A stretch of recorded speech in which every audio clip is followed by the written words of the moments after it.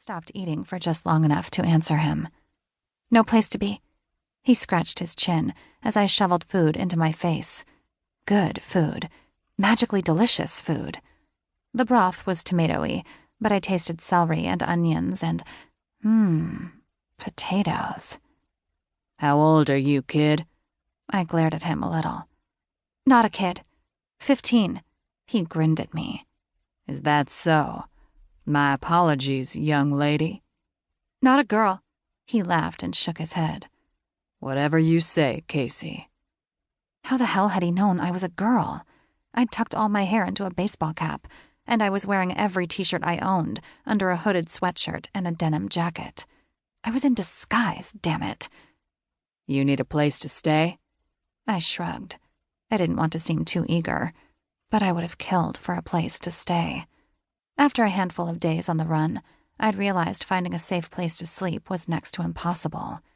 You could doze with your back against a wall, but actual sleep, that was a joke. I guess.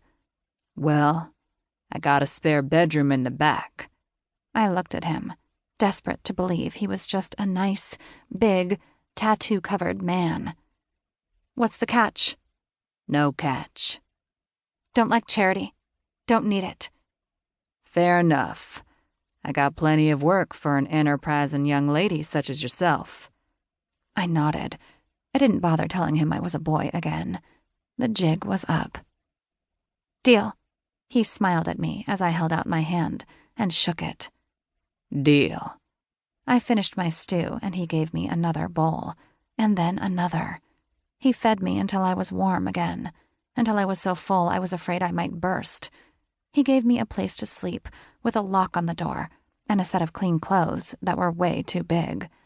And the next day, he gave me a job. Connor. 58, 59, 60, 61. I counted out the push-ups in my head. It was the only thing that could clear my mind, other than a fifth of bourbon. And since I was on duty, pushing my body to the limit was the only option I had. I ignored the heavy, sore feeling in my muscles. I ignored the buzzing of the fluorescent lights overhead.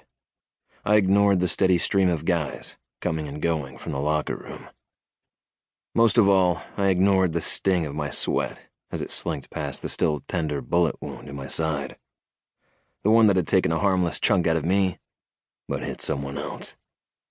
Not just hit. Destroyed. Tore through flesh and bone. The bullet that had ended my partner's life. I groaned and stood up as I finished the set. After 5 sets of 100 push-ups, I was sweaty enough to warrant a shower. Maybe it would wake me up, too. It had been a long fucking day already, and I wasn't going home anytime soon. Not that there was anything to go home to. Anything or anyone. We were working round the clock to close this one out, and it still felt like we were treading water. It was a tough case that had been going on for years. A local gang was dealing guns and drugs. The body count was high. Until they'd killed one of our own.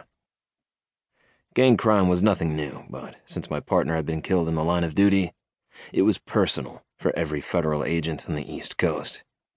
But mostly for me. I was consumed by the case. Consumed with finding justice. But what I really wanted to know was why not me? Danny was gone. I still couldn't fucking believe it. He'd been more than my partner. He'd been my best friend. It almost seemed disrespectful to think about it now. But Danny had been the consummate joker. He hadn't been the best at his job, but man, the guy made me laugh. I hadn't laughed once in the 6 months since he got hit.